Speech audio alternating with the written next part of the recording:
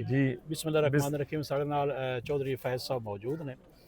बुआना दे नामी ग्रामी ब्यूरोक्रेट ने और इस वक्त जो फ्रेंड्स वेलफेयर एसोसीएशन उसनूं लीड कर रहे हैं। बुआना वास्ते खुशखबरी आइंदा आने वाले दिनों दे विच खसूसन हेल्थ के बारे उस वास्ते चौधरी साहब रिक्वेस्ट है कि वो जरा सानू दस दें कि खुशखबरी है जी। जी भुआना जो है वो चूँकि फैसलाबाद का पंजाबी सर जितना भी इंडस्ट्रियल फुजला है सनती फुजला है वो सेम नालियां दे जरिए वो फैक्ट्रियां दे जड़े पानी है कैमिकल वाला वो दरिया चनाब विच गिरदा है और वो सेम नाले जड़े हैं बहुत बड़े वो अद्धे दरिया हैं वो फैसलाबाद तो तहसील भुआना दे जरिए आंदे हैं और उस वजह तो साडा जड़ा ज़मीन दे थल्ले पानी है जड़ा कि पानी इंसान भी पींदे हैं इत्थों दी आबादी भी पींदी है जानवर भी पींदे हैं और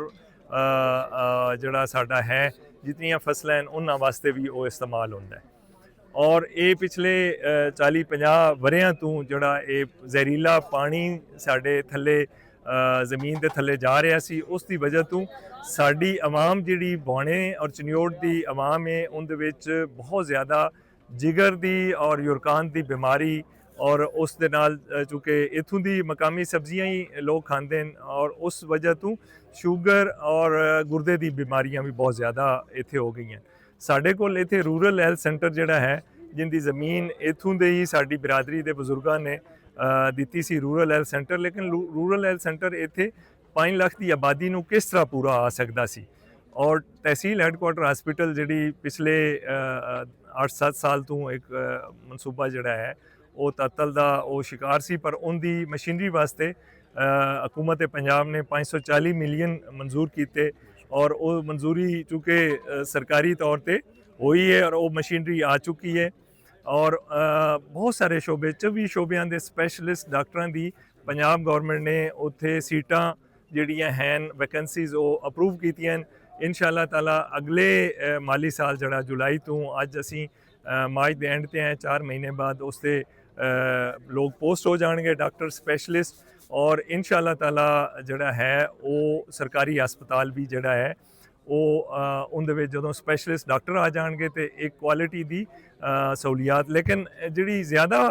खुशखबरी है बुआने के अवाम वास्ते वो ये कि पाकिस्तान के पहले जोड़े एंडोक्रेनोलॉजिस्ट डॉक्टर हैं स्पैशलाइज्ड वो डॉक्टर गुलाम रहमानी वो इत्थों का ही सन ऑफ द साइल है गुलाम रहमानी जप्पा साहब और वो इस वेले जोड़े पाकिस्तान का नंबर 1 हॉस्पिटल है मेयो हॉस्पिटल अपने फ़राइज़ अंजाम दे रहे हैं उन्होंने बुआने दे विच एक जड़ा है अपना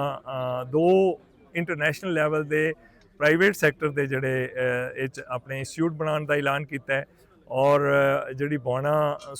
वेलफेयर सोसाइटी है बुआना चनियोट उनके प्रेजिडेंट के नाम से उन्होंने डायबिटिक सेंटर पहला पाकिस्तान का उनका ऐलान किया है और प्रोफैसर अनवर जप्पा साहब के नाम से उन्होंने कार्डियक जड़ा एमरजेंसी वार्ड है उनका ऐलान किया है तो ये बुआना वेलफेयर सोसाइटी ही इसनूं